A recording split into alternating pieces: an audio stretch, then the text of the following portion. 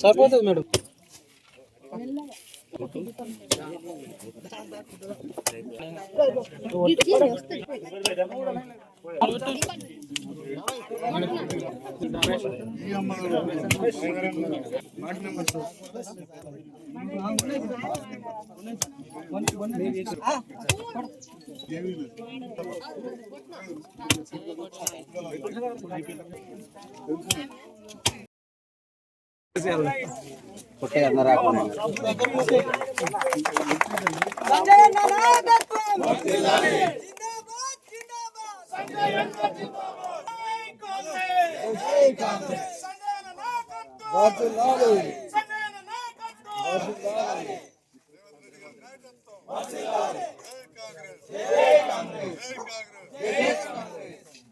అన్నా sarpanch Sabu okay sir.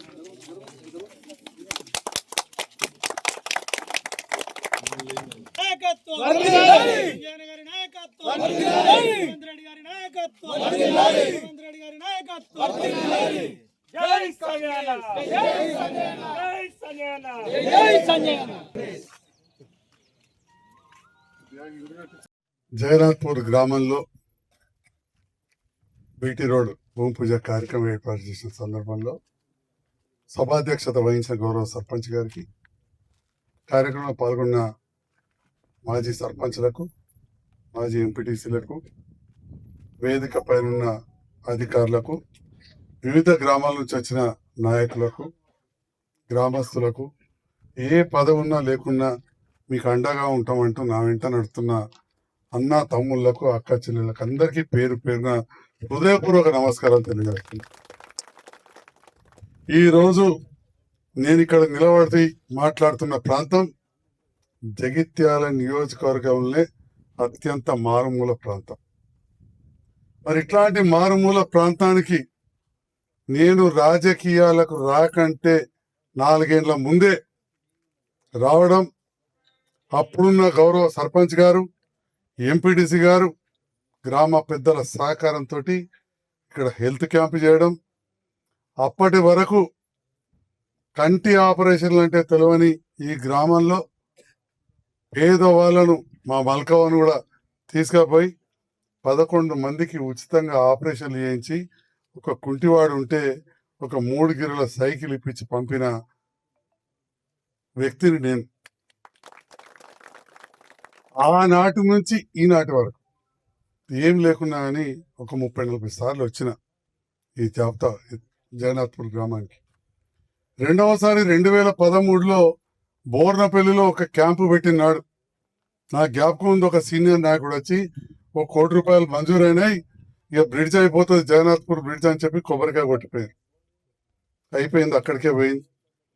ఆ తర్వాత నేను రాజకీయాలకు వచ్చిన కొద్దొట్లతో ఓడిపోయినా. ఎందుకంటే బోర్లపల్లి, జగన్నాథ్పూర్, దేవానపల్లి, తాట్ల, కట్కాపూర్ అనుకున్నారంటే సంజయ్ కుమార్ కొత్తగా వచ్చిండు, బాగా పెద్దోడు కదా, ఆ పాత అయినా బాగా పెద్ద చేస్తారని ఓట్లేసింది. కానీ ఏదైతే బోర్నపల్లి బ్రిడ్జు ఎలక్షన్ల కంటే ముందే నేను పోటీ చేస్తాన నాడు ఇవాళ నా ఇంట లేడు జలపతి రెడ్డి కానీ నేను కొబ్బరికాయ కొట్టి నాకు దగ్గర ఈ బోర్నపల్లికి చాలాసార్లు అంతకుముందు కూడా వచ్చినా, చిన్నప్పటికెళ్ళి వచ్చినా, డాక్టర్ అయినాక వచ్చినా తప్పకుండా ప్రభుత్వం వస్తుంది చేస్తామని చెప్పినాం. అదే కాకుండా ఒడ్డలింగాపూర్ గ్రామంలో అప్పుడు కవితమ్మ గారు ఎంపీకి పోటీ చేస్తుంటే ఒడ్డలింగాపూర్ క్రాస్ రోడ్ దగ్గర అనౌన్స్ కూడా చేయించినాం. నా ఇంట లేరు, ఆ ఉన్న వాళ్ళకి తెలుసు. తర్వాత నేను ఓడిపోవడం, ముఖ్యమంత్రి గారిని గెలిచిన ఎమ్మెల్యే అడగడం, వారు కూడా ఇవ్వడం మంజూరైన తర్వాత మళ్ళీ నేను పదే వెనకాల పెట్టి చేయించిన.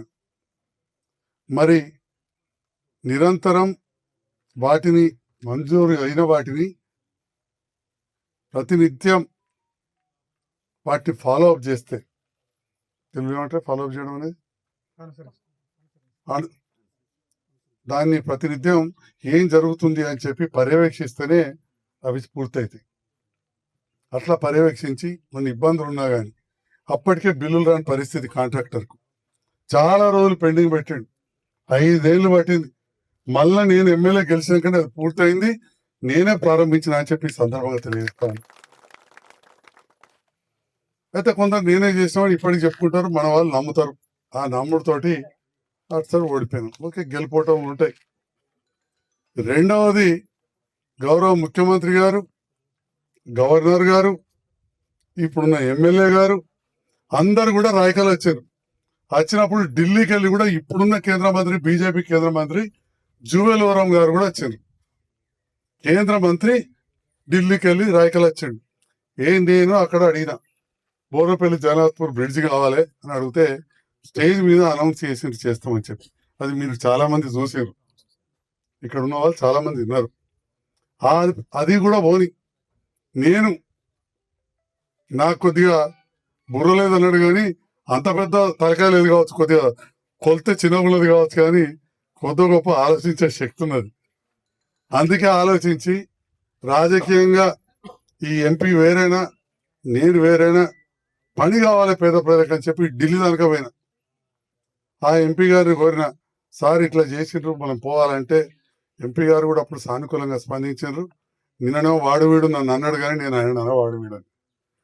ఇద్దరం కలిసి అదే జోలవరం గారిని కలిసాం. వారి కింద ఒక పెద్ద మంత్రి ఉంటాడు గురుదాస్ గారు, వారిని కలిసాం. ఫోటోలు అన్నీ ఉన్నాయి, పుత్రాలు ఉన్నాయి, ఇంకా కూడా ఎక్కడ గొంగలు అక్కడనే ఉన్నది. దాని గురించి మాట్లాడేటోళ్ళు లేరు. ఎన్నోసార్లు చెప్పిన, ఇది మారుమూల ప్రాంతం, ఇది పర్టికులర్లీ వల్నరబుల్ ట్రైబల్ గ్రూప్, చాలా వెనుకబడ్డ గిరిజన ప్రాంతం కింద గుర్తించబడ్డది. నాయకపు వాళ్ళు, గోండు వాళ్ళు ఉంటారు, కడు పేదస్తులు, ఇందిరా మిల్లు మంజూరైనా కట్టుకునే పరిస్థితి లేని వాళ్ళు ఉన్నారు అని చెప్పి ప్రతిపాదన పంపితే ఉమ్మడి జిల్లాలో ప్రధానమంత్రి జన్మన్ కార్యక్రమం, ఎందుకంటే మన పైసలన్నీ ఢిల్లీకి పోయే మళ్ళీ వాపసు రావాలి, అలా దీని కొద్దిగా స్పెషల్గా ఇస్తే మన గరీబ్ గాలకు మంచిగా అవుతుందని చెప్పి పిఎం జన్మన్ కింద మన జగన్నాథ్పూర్, దావనపల్లి గ్రామాలనే మనం పెట్టడం జరిగింది. మరి ఇవాళ నేను అడుగుతున్నా, అయ్యా ఎంపీ గారు, 7 ఏళ్ళైంది మీరు ఎంపీ అయి, 7 ఏళ్ళైంది, మళ్ళా రెండోసారి గెలిచి 2 ఏళ్ళైంది. రెండోసారి గెలిచినాక నీ దగ్గరికి వచ్చి దండం పెట్టి నేను తోలుకొని 2 మంత్రుల దగ్గరకు వేయించినాం. ఇదివరకు దీని గురించి మాట్లాడినరా? ఎన్నడన్నా ఈ గ్రామం దిక్కు చూసినరా అని అడుగుతున్నా. పిఎం జన్మన్ కింద ఉన్నాయా ప్రోగ్రామ్ ఇది? ఎన్నడన్నా ఈ గ్రామంలో అడుగు పెట్టినావాను? ఎన్నిసార్లు దావనపల్లి పోయినావు? మరి ఇవాళ మాలాంటి వాళ్ళం, ఇంతమంది నాయకులు, ఎంత గొప్ప నాయకులు ఉన్నారు ఇక్కడ. అలాంటి అందరూ నా వెన్నంటి ఉండి నన్ను గెలిపిస్తే ఇవాళ బుర్ర లేదంటావు, ఇంకేమో అంటావు, వాడోడ ఎమ్మెల్యే అంటారు. ఇది నేను విన్నా, నేను ఆగా. ఇవాళ పేదల పక్షపాతిగా ఉన్నాం. ఇవాళ ఏదైతే వల్నరబుల్ ట్రైబల్ గ్రూప్ కింద, కడు పేద గిరిజనుల కింద గుర్తింపబడ్డదో ఆ నాయకప్ గూడెంకు 75 లక్షలతోటి రోడ్ ఇస్తున్నామని చెప్పి సందర్భంగా చెప్తాను. అదే విధంగా వస్తాపూర్ గ్రామం, ఊరు పుట్టిన పద్ధతి గ్రామం, చాలా పేద గ్రామం. నేను గెలిచేంత వరకు ఊర్లో మంచినీళ్ళ ట్యాంకు కూడా లేదు. మంచినీళ్ళ ట్యాంకే కాదు, ఊరుకోతందుకు బ్రిడ్జ్ లేదు, కాలువ దాటాలి. ఆడ బ్రిడ్జ్ కట్టించడం చిన్నది, 20 లక్షలతోటి రోడ్డు కూడా మంజూరు చేసినాం. లంబాడి తండాక అని చెప్పి చెప్తున్నాం. ఇక్కడనేమో గిరిజనులు నాయకుల వాళ్ళు, అక్కడనేమో లంబాడ సోదరులు. మరి ఈ రకంగా నా వంతుగా నేను ప్రయత్నం చేస్తా ఉన్నా. మీకు తెలియదు కావచ్చు, మీ అంచనాలు చెప్తారో లేదో మీకు గుర్తు చేస్తా ఉన్నా. ఎందుకంటే కేంద్రీయ పాఠశాల, అది బడి, కేంద్రం ఇచ్చిన బడి, ఆ బడి మంచిదే, కొద్ది ఇవ్వమని గుర్తు చేసింది కూడా నేనే. ఇవాళ 50 కోట్ల రూపాయల విలువైన భూమితే ఇంట్లోకెళ్ళి ఇచ్చిండ అంటాడు. మరి బడితే ఇంట్లోకెళ్ళి ఇస్తారా? ఏం మాట్లాడుతున్నారు? ఒక ఎంపీఐ నాకేం అర్థం అవట్లేదు. ఎంపీఐ ఎటుపడతాడు అనుడు, వాళ్ళ ఆన్సర్లు నన్ను వాడైందా వీడైందన్నదే పెట్టుకున్నాను అంటే చాలా గొప్ప అనుకుంటారు. కానీ నేనైతే ఎన్నడూ తిట్టా, ఎప్పుడైనా తప్పిపోయి వచ్చినా మీరు పెట్టకూరు. ఎందుకంటే నాకు తెలిసి మెచ్చారు ముందర బాబా అంటారు. ఇక దేవుని పేరు మీదనో, ఇక మోడీ గారి పేరు మీదనో గెలితే కదా వాళ్ళ అదృష్టం తప్ప ఇవి మెచ్చి మాత్రం గెలిపియారు. మనం ప్రజల మధ్యలో ఉండి నిత్యం ప్రజలకు సేవ చేస్తే ఆ ప్రజలు గెలిపిస్తారు. మరి అందుకే ఒక్కసారి ఓడిపోతే 2 సార్లు గెలిపించారు. ఇవాళ పేద ప్రజలకు ఆనాటి నాయకులతో సహకారం చేసినాం. ఇవాళ బోర్నపల్లి కాడ ఒక పల్లె దవాఖాన గడిచింది. ఒకటి బాధ అనిపిస్తుంది. మన బ్రిడ్జ్ నేను అడుగుతున్నా, అప్పుడప్పుడు అంటాడు నేనే అడుగుతూ ఇచ్చాడు బోర్నపల్లి బ్రిడ్జ్ అంటాడు కదా. మరి నువ్వు అడుగుతూనే లక్ష్మణ్ కుమార్ గారి జగన్నాథ్పూర్ బ్రిడ్జ్ ఇచ్చిండు, ఏడాది అయింది. నువ్వు 3 నెలల ఈ ప్రభుత్వం కల్లా దూరం పోయినావు, ఎందుకైనా మాకు తెలియదు. ఎమ్మెల్సీ ఉంటివి, మీ అనుచరుడు నావాలనే గెలిచిండేటివి. అదొక దళితుడు మంత్రి అయితే ఇవాళ బాధపడబడుతుంది, నాకు మంత్రి పదవి ఎందుకు ఇవ్వలేదు అని మైకి పెట్టుకునే చెప్పిండు కదా సభలలో. బాధపడ్డావు కానీ మరి బ్రిడ్జ్ జల్దీ మొదలు పెడదాం, గుర్తుదారి తెద్దాం, జల్దీ పైసలు ఇద్దామని నన్ను ఆలోచన చేసిండ.